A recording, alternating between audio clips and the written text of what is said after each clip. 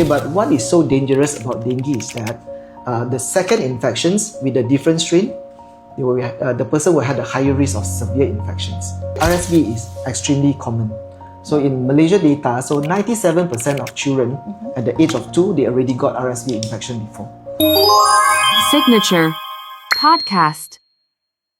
Hello everyone, welcome back to Lunch Date with Limited Child Specialist Clinic. I'm Yuni. I'm Dr. Lau. And this is podcast edition. So honestly, doctor, we're back to vaccination again. And vaccination is still number one question that parents ask us about. Yeah, true. I think every day we receive so many messages in our WhatsApp, in Tanya Dr. Lau, or even in Signature Facebook FB page asking about vaccinations. So today we are going to tell what is the most important point for parents to know. No heavy jargons, no worry. So we'll just keep it to the point, the practical point that parents need to know. Alright, doctor, let's start with the basic. What is immunity? Okay, so when immunity can be classified. There are two types of immunity. Okay, one is what we call innate immunity, and then the other one is adaptive immunity. So innate immunity is something that all of us have. Okay, but just imagine thinking if like a police force, they are just like a general soldier. So they are trained, but they are not specific.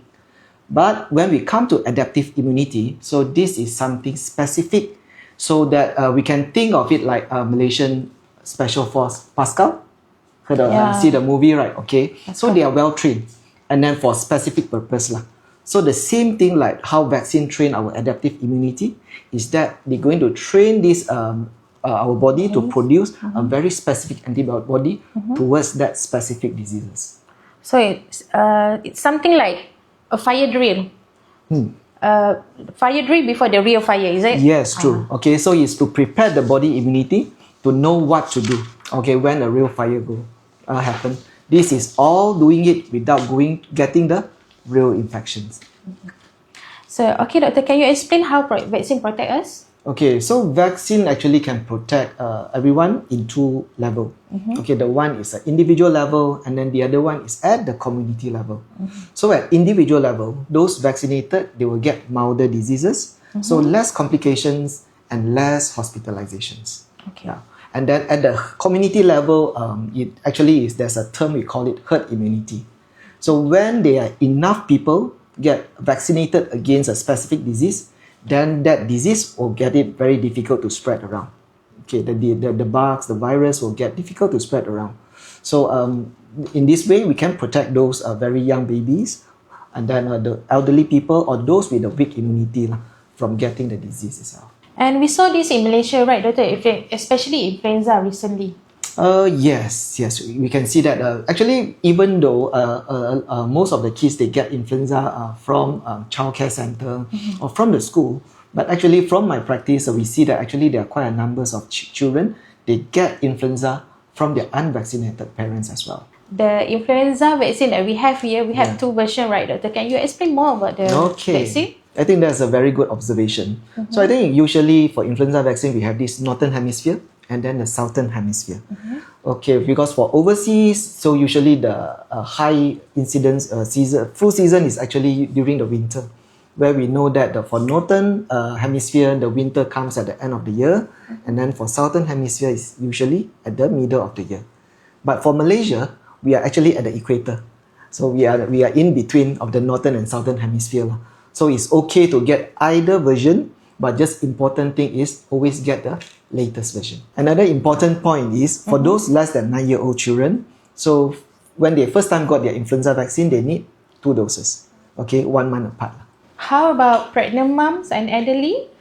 Pregnant mother is actually pregnant mother is a high risk group for severe influenza infections. So they are encouraged to top up their latest influenza vaccine. At what terms the pregnancy? Okay, so there is no specific timing for influenza, but as long as ensure the mother is protected every year. But the important point is that if they get it during the 3rd trimester, so the mother body might produce antibody, which may actually pass through either through placenta or through the breast milk to their baby.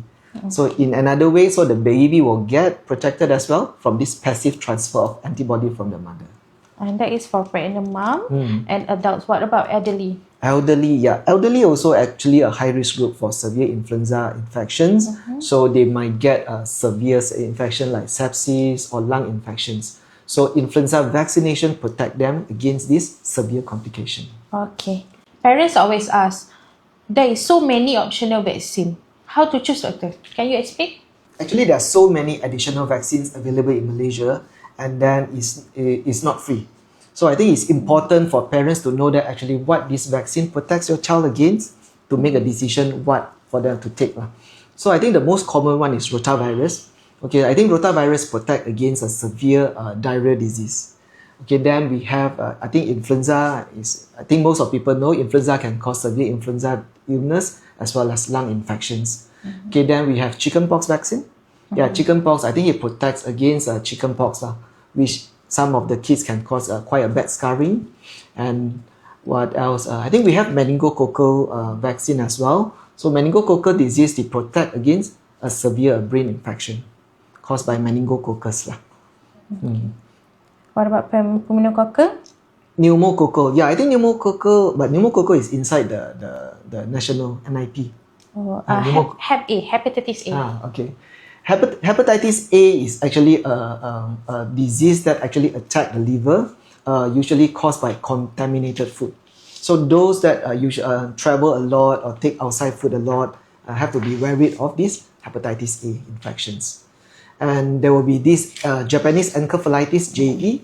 Yeah, I think we know that in Malaysia, JE is endemic in Sabah and Sarawak. Okay, and in Semenanjung, we also have cases.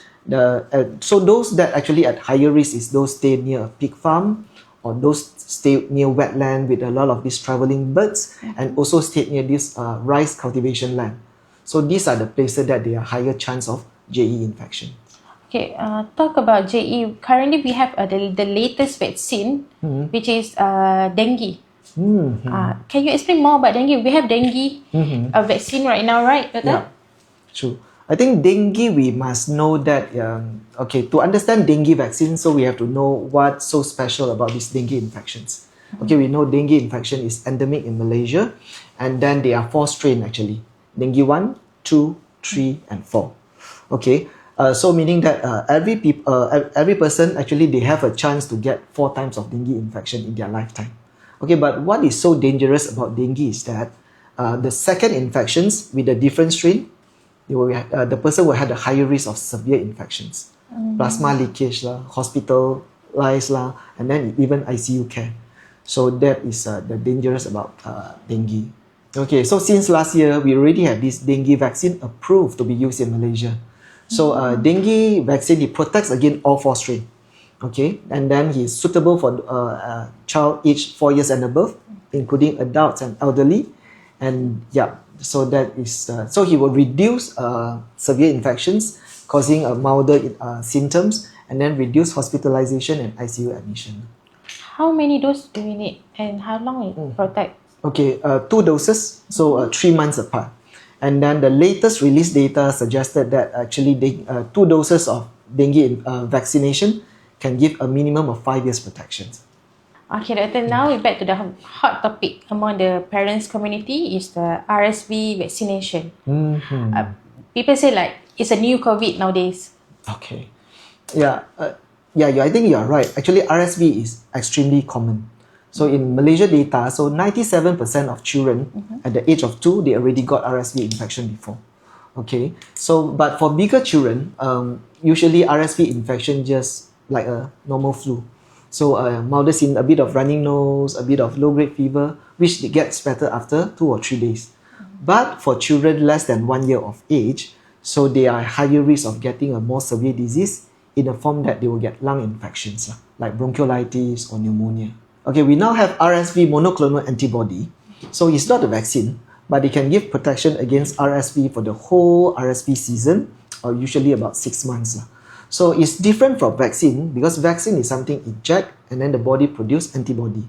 But this one, RSV injection or protection, is actually basically he gave the ready-made antibody into the body of the babies, and then that will give immediate antibody protections. For 6 months? Yes, for 6 months.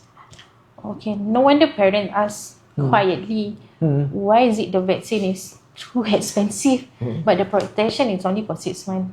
Yeah, true. I think that is a very fair question. But if for those who actually know about the previous version of the RSV injections, so it's actually much more costly than this one. And then what is more tedious about the previous vaccine is that it need to be taken every month. So just imagine the child need to get jabbed every month for 5 months, and then the cost for each injection is in fact is 1,000 plus ringgit.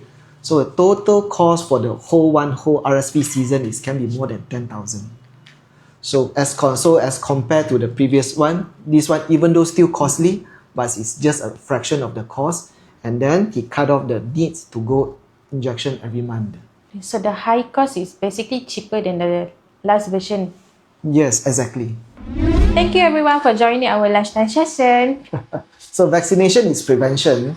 So when a community is vaccinated, so we have the protection and outbreak won't happen. Thanks again for joining us this lunch date with Signature. We'll see you again next round.